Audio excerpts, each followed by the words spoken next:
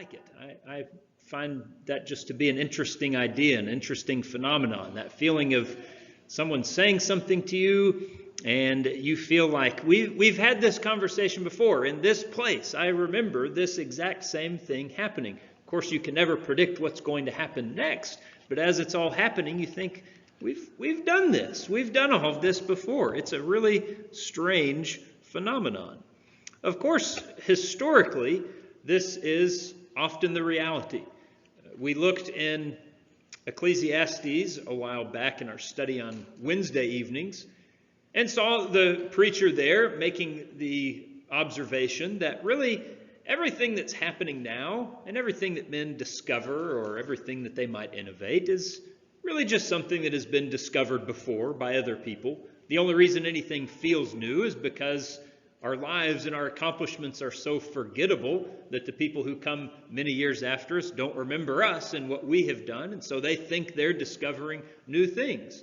But life is really just this cycle of repetition and people doing the same things and making the same discoveries and having the same problems and fighting the same wars over the same foolish causes. And if you look at a record of history, you see, well, sure, the faces change, the flags over those different nations might be a little bit different, but it's really just sort of the same story happening over and over again. Some biblical texts really end up feeling this way to me when I look at them and study what's going on and then compare it to the times that we're living in. Oftentimes, we find ourselves just feeling like, this seems so familiar. This seems like something that happened to me the other day. This feels like a news report that I saw about something that somebody had done. And yet this took place 3,000 years ago, or whatever the case might be. I believe that is part of the reason we have the Scriptures. The Bible, more than any history that is written, is certainly history with a purpose. They are stories that are recorded, that are chosen to be recorded, and recorded in such a way that we learn from them. And we can compare them to our times and see what has happened before, and especially what God has thought about what might have happened before. The opening in your Bibles to Judges chapter 17. Brother Morris read for us a moment ago from Judges chapter 17. I actually want to consider these last two chapters this evening. I know that Jeff would not have minded, but I did not want to drop 44 verses on him this morning for our reading. And so I appreciate him looking at chapter 17 for us, but I also do want to look at some of the events of chapter 18. These two chapters go together. It's all telling the same story. So hopefully you'll have that open in your Bibles as we refer to them. This section, beginning in chapter 17 until the end of the book of Judges, you really have two epilogues. I don't think they are chronological in place regarding what has happened before. Chapter 16 ends with the death of Samson. And then I think the remainder of the book is showing us some stories, some events from this general period of the time of Judges, in order to characterize what the times were like. What might you encounter on any given day in Israel? What were the people generally disposed towards? What was the morality of the land like? What were their problems that they were wrestling with? And you get a couple of stories that color in some of those things in these epilogues. The second of these two closing stories, beginning in chapter 19, is grim and horrifying in its casual violence, its total disregard for human life. This story we're looking at this morning in chapter 17 and 18 is almost comical. If it were not sad, if it were not actually telling us a tragedy, we really could laugh a little bit at some of the things that end up happening to the people involved. But let's spend a few moments looking at this tale together and drawing some conclusions from it that seem startlingly close to the times we find ourselves in. The story began as all relatable stories do, with a guy stealing a bunch of silver from his mom. We've all been there, right? We've all had that happen in our families. No, you're saying, well, maybe I stole some cookies, but I didn't do anything like what this man Micah has done. at the beginning of the chapter. The problem is not that Micah begins especially to feel remorse or guilt, it doesn't seem. Instead, he seems to grow frightened because his mother had pronounced a curse, what feels very much like a kind of a magical curse that she has placed on whoever the thief might have been. Whoever stole that money, may he be accursed by the Lord. And Micah begins to get worried and sheepishly turns over the money to his mom and says, "It was me. I hope you understand." And she kind of tries to revoke that and says, "Well, actually, son, you didn't need to have taken that in the first place because I had dedicated that for your use. I had dedicated that silver to the Lord for my son so that you could make some idols for us." And that's what they end up doing. The money kind of gets passed back and forth a few times. Micah's mother ends up deciding, well, we'll turn that over to the silversmith and he can make some gods for us. Micah begins to set up a shrine at home. He decides, I'll just have my own worship center here at my house. And things go pretty well with that, but kind of get the sense that Micah's not totally happy with this yet. I think it's going well, but it can be going better. And then lucky day arrives. He ends up meeting this Levite who was passing through. And well, Levites are professional religious people. And so I can get really the genuine article. If I get this Levite to serve as my priest here at this shrine, then I'll really be doing well. That will just be impossible to beat. And so you see his rejoicing in that at the end of verse 13. Now I know that everything is going as it should and that the Lord Jehovah will be happy because I've got a Levite as priest. I'm really doing this right. He's got a fine operation going. Well, chapter 18, which we did not read, shows trouble arriving. The people of the tribe of Dan, who merely say that they had not received their inheritance thus far, in fact had not claimed their allotted land because of their disobedience, their weakness. They were unable to drive out the Canaanites who inhabited the position that they were supposed to occupy. And so they're on the search. We need somewhere to settle. And they send some spies through these mountains of Ephraim where Micah is. And they happen to stay at his home, and they happen to meet this priest, this Levite, that Micah has installed at his home shrine. And they get sort of interested in this. Well, seems like Micah has a few good things going here. Has a real Levite, has some pretty fine statuary, has some pretty fine idols that he has erected in this place. Not a bad operation, religiously speaking. But they also then go about their business that they were actually sent for, which was to find a good plot of land that wasn't really very well defended.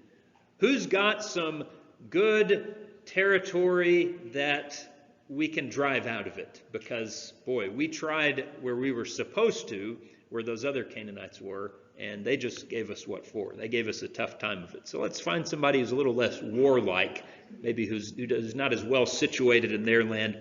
And they end up finding what seems like a good spot to do that. Some people who are just dwelling there peacefully. They don't have a lot of allies in the land.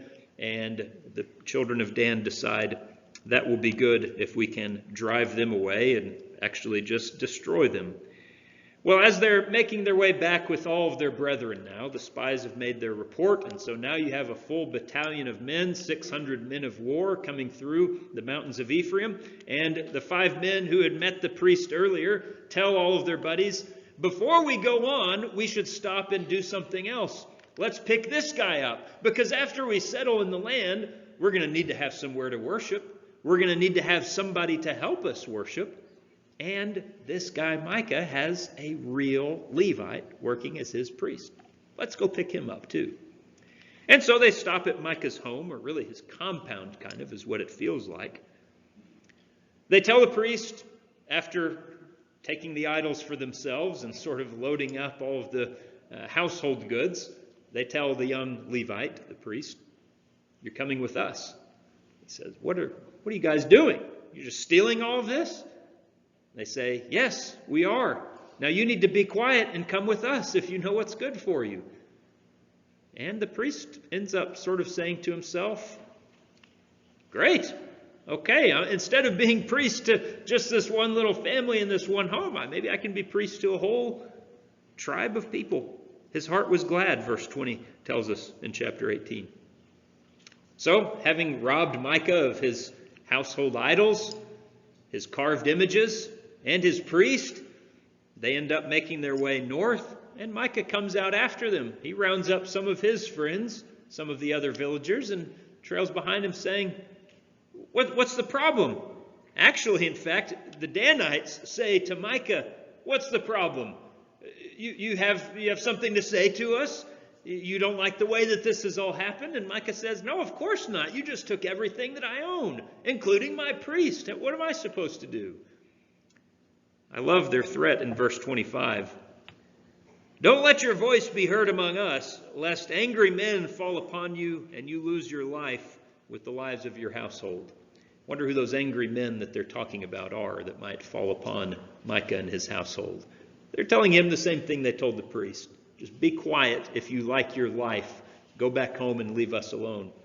Micah ends up coming to the conclusion, I got to do it. They're too strong for me. So he goes back, upset that the silver he had stolen from his mom has now been stolen from him by the Danites.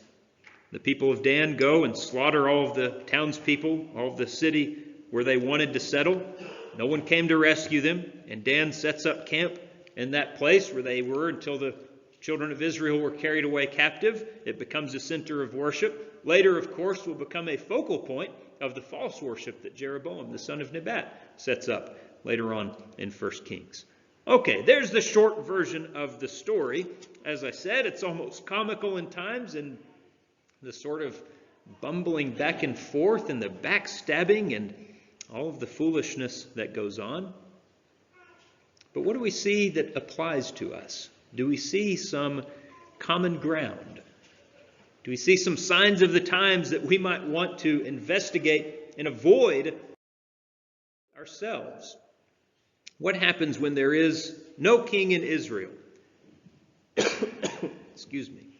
Verse 6 of chapter 17 and verse 1 of chapter 18 gives us that familiar refrain. And if you've studied much in the book of Judges at all, you know that this is the hallmark of this time period and what the writer wants to remind us of over and over again as he is giving us these colorful tales of this period of Israel's history. It was every man for himself. It's the Wild West. There's no law, there's no king. More importantly, thematically, it's telling us that the people had no regard for God. There's no true king in Israel. What happens? What happens when man is left to his own devices, when he does what is right in his own eyes? Well, the first thing that we should mention this morning is the very simple principle. When there is no law in the land, when there's no king in the land, when nothing is held sacred by anyone, don't be surprised when no one follows any good morality. I should add that. I have the point mentioned on the screen as don't expect to find morals. I suppose everyone has morals. Some of them are just twisted and wrong and sinful and selfish and foolish. That's what we end up finding in Israel. Every one of the characters in this story invites judgment. They all show themselves to be just as corrupt and foolish as the one who comes after them. Start with Micah. Shows no concern for his own mother. He steals a tidy sum of silver from her and only returns it when he hears a curse pronounced upon the riches. He constructs idols. He sets up a private shrine in blatant contradiction to the law, of course. He first sets up his Ephraimite son as the priest of this personal worship assembly. It's just as illegal to do so with an actual Levite, of course, but he eventually does that as well. You think of the mother for her part. She pronounces what sounds like a magical curse on her money. She claims to have dedicated all of that silver to the Lord. That's what she says in verse 3. I had wholly dedicated that silver from my hand to Jehovah for my son. to make a carved image and a molded image. So I'll give it back to you. That's her claim. What we end up seeing in verse 4, though, is that she only gives about a fifth of it for that purpose. So far as we can tell, maybe the 200 shekels it mentions was her payment to the silversmith, and he used the remaining 900 to make the idols. I'm not sure what's going on. But regardless, the service she has in mind is these idols that she's making her son construct. Flagrant disobedience to God's law, which had been given, by this point it seems they're only 3-4 generations removed from Moses. They have not been that long in the land. There have not been that many years that have passed since the Lord told his people what he wants. Make no carved image. Worship me alone as your God. The mother has already lost the plot. Our wandering Levite that we end up meeting, of course, he happily serves at this idolatrous shrine. Sure, sounds good. I hope he worships some idols. He just as gladly betrays the man who had treated him kindly and lovingly. I mean, it's a kind of touching picture you get there in chapter 17. These two men became great friends. It was like a father-son relationship. But when a better offer comes along, he can go to greener, still idolatrous pastures. He says, sure, sounds good to me. He's quick to drop Micah. The Danites are reaping the fruit of their own faithless disobedience. They've been unable to gain a foothold in their allotted inheritance, and so, seeking a permanent homeland, they just use overwhelming force to steal idols from one of their own Israelite brothers. They go on to destroy a quaint, peaceful city that lay outside the land that God had actually given to them for their inheritance. These are thugs. They're armed robbers. They're marauders, and they're doing this to their own people. Israel, the nation in general, is not portrayed in a very flattering light whatsoever. The Levites were supposed to have inhabited their personal cities, spread evenly throughout the land so that they can serve the people and instruct the people in the law. But it seems that when one comes through the hills of Ephraim, everyone is shocked. This is the first time I've ever met an Ephraimite, a Levite. There's general ignorance of or disregard for the law to the point that this idolatry seems common. This is just a commonplace thing that everyone is going to be involved in. That spiritual inattentiveness has created the atmosphere that we're dropped into in these chapters. And its effects on the common people are predictable. This point that we are making really could be severed from any religious or spiritual context. There are other things that, for a time, in some systems, can take that place. If you have a very powerful state that must be obeyed at all costs, you will find some morality among the people. If you have a certain philosophy on life, you think of ancient cultures like the Greeks, the Romans, who were bound by honor, lived by strict codes of honor and shame that would dictate their behavior. There would be certain things they would differ greatly from our morals and from those of our God, of course. But there were certain things that a person might do, even to his own hurt, simply because it was what the law of his land or the philosophy of his people dictated, that he would not bring shame to his family or that he would not dishonor something that a person had done for him. He would be governed by principles.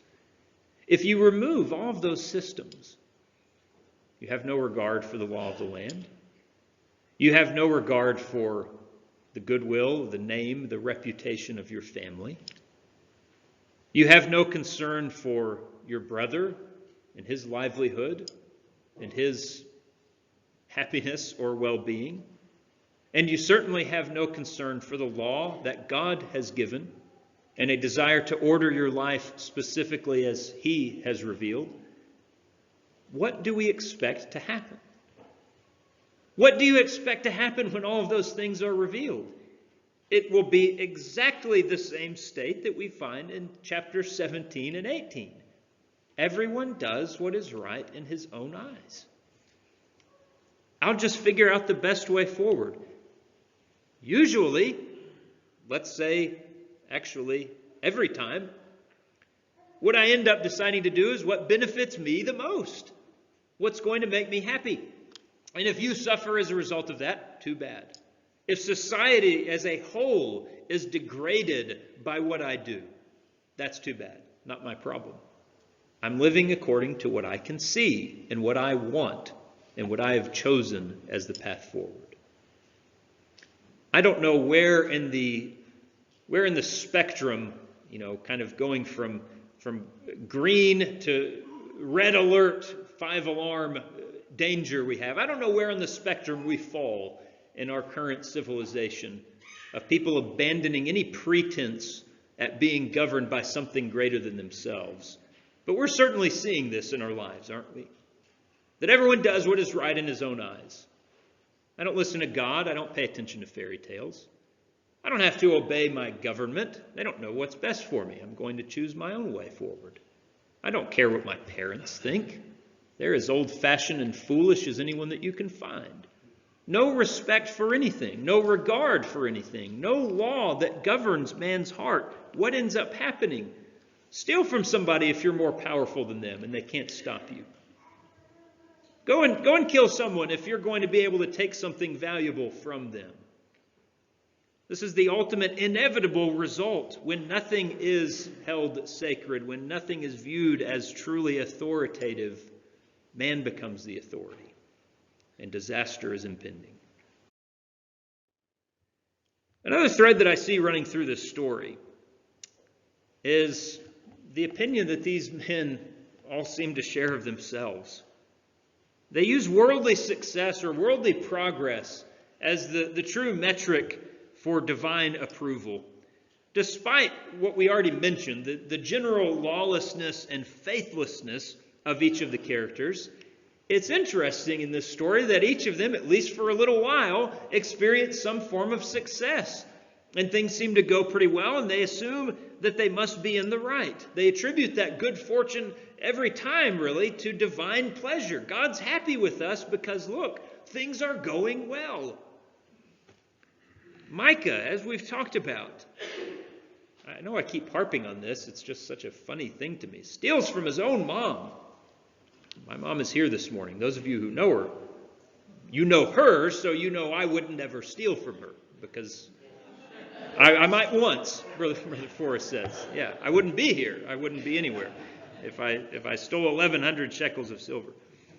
But Micah steals this huge sum from his own mom, and actually, she responds to this by pronouncing a blessing upon him in verse 2. I think she's trying to undo the curse. But what a thing to hear from the offended party with a pretty big heist. Blessed are you by the Lord, my son. Micah has stolen, and now he's being pronounced blessed. He ends up, for a time, operating a well-appointed shrine. He even secures the sought-after services of a real, true Levite. He ends up having some pretty good turns go his way. Think of this Levite. Quite apart from any of his own skills or hard work, he just kind of falls up the ladder of success. He's just out wandering around when he meets Micah, and Micah pays him handsomely, and he treats him well. And they end up forming this good, fruitful relationship. And eventually, by the end of the story, he has really made it. He has really reached the peak of his profession. He is the home priest of a good-sized settlement of the people of Dan. And as I said, that ends up blossoming into a large center of worship later in Israel's history. He didn't really do anything right. He profited greatly. The men of Dan have completely failed to show faith in Jehovah. And so they begin the story without a home of their own. Again, despite being a few generations into the judges' period. But their fortunes reverse. They finally carve out an inheritance for themselves. And they live in apparent peace there. Everything ends up well for the Danites. Even though they've committed armed robbery, and they've slaughtered people, and they have been faithless to God, things go well. None of these people are doing what is right before God. As the refrain goes that we've mentioned, they're doing what's right in their own eyes, but they succeed nonetheless. And they even assume that God must be happy with them. After all, I got what I wanted, and that's how I know that God is happy with me, right? Does this attitude sound like our world? To me, it does exactly. What is the true measurement of God's blessing for most of the religious world? A nice car, really big house, good steady job, private plane that the parishioners are funding, in the more crass stories that we end up hearing from the religious world. But it even just trickles down into the small things of our life. When we really look at something and begin to consider ourselves blessed, it is not when we consider that Christ has died so I can be saved. It is not when we consider that I might be counted worthy to suffer for his name. It is not when I see that I have a brother in need that I can help, truly help, because of my spiritual strength or wisdom that I can share with him, or forgiveness that I can offer him if he has wronged me. Instead, when people are most likely to have on their lips, I have been blessed by God, it is when we look at the mundane things of life. The physical things, the temporal, how healthy I am, how rich I am, how happy I am, and how happy everyone else in my life is. Now you will understand, I hope, that I am not saying those are not blessings of God. We would see all good and perfect gifts are from God, James would tell us. I cannot find a flaw in that statement. When things are going well, they're going well. Give thanks to God for that. But when your bank account is growing, when you are enjoying life, when you're succeeding in everything you put your hand to, is that the sign that God must be pleased with what you are doing? That he approves of your life because just look at the success I'm having. I hope we have the wisdom to see this is not the metric. This is not the measurement that a wise person would use to discern whether or not the Lord views us with pleasure. Let's look at a final point for now. This physical idolatry of Micah, there at the very beginning of the story, makes these carved images, molded images, household idols, teraphim that you find all throughout the Old Testament. This physical idolatry is merely symbolic of the spiritual idolatry that the people were already committing, that was rampant throughout Israel and had been for generations. What is idolatry really? When we think of what that concept actually is, what it means, here we do see one of its primary components, the most visible one, Micah literally making a representation of Jehovah. He is not, so far as we know, worshiping Baal or Chemosh or Molech or any of the gods of the Canaanites, the people around them. But he is using an image to, in his own way, worship the Lord. That's idolatry. This is what God tells his people, don't do this. On another level, though, what is this process really doing? The literal act serves as a great illustration or symbol of what is taking place in the mind of the idolater. He is fashioning God in a form that he, Micah, chooses. That's the most dangerous kind of idolatry. Making God who you want God to be. It's a recreation of the Creator himself, if you can fathom the idiocy. Micah and the others in the story, he's not alone in this, but he does that in several ways, not just through literally making silver idols. And millions of people will do the same today. Much of this story concerns, as we've already mentioned a moment ago, what the characters think about God's view or God's opinion of things. Micah's mother, for instance, proclaims her thieving son, blessed by the Lord. Some of the items that Micah accumulates, we mentioned those teraphim, or you see the ephod that he had made for himself. Those items are typically used in divination.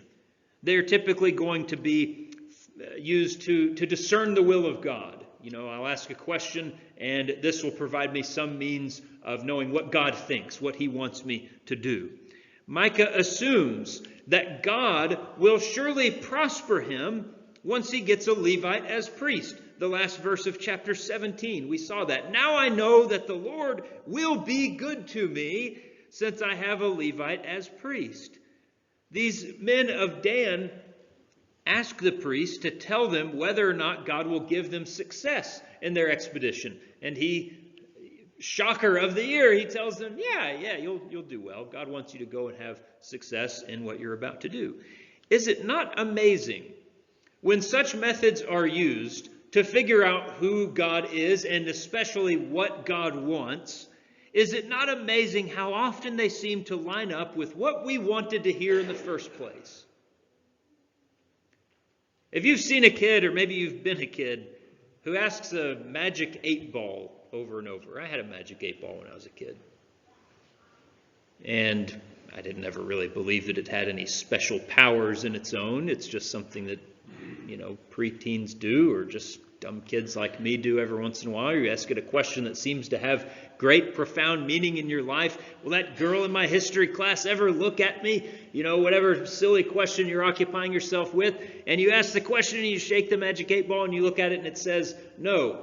And well, that can't be right. I didn't shake it the right way. The dice is weighted weirdly. That wasn't the true, accurate answer. So I'm going to shake it again, and then I'll look. Maybe. Ask again later. Well, yes. Okay, it said yes. There's your answer. There's the truth. This is what's going to happen. Micah and the other men like him in the story, and millions in the world today, are following that same foolish process.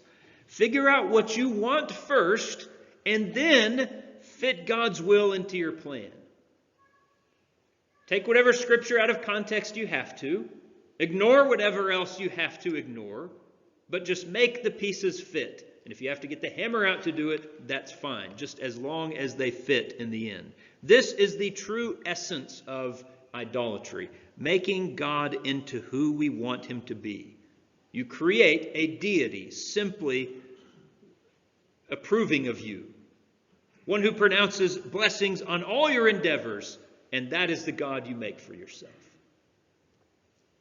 The characters in this episode follow or acknowledge Jehovah to a point. They're aware of his name. They're ostensibly offering him some kind of worship in their minds. But when his will differs from their own, who wins? Who do they choose? I'm going to go with myself.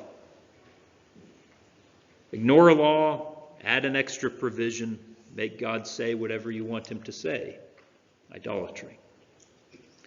I like what one writer says. Why is this such a problem? Because it makes it impossible to have a truly personal relationship with God. In a personal relationship with a real person, the other one can contradict you and upset you. Then you have to wrestle through it to deeper intimacy. But when we simply ignore, either intellectually or psychologically, the parts of God we don't like, it means we don't have a God that can ever contradict our deepest desires or say no to us. We never wrestle with him. We never let him make demands on us. We can end up worshiping a much more comfortable God, but also a non-existent one. And that's what all idols are. They're created gods. They're not real, except up here. Not a God worth serving. Not a God worth worship. But it's the one we choose so oftentimes. Consider these ideas for a moment. Brother Colson is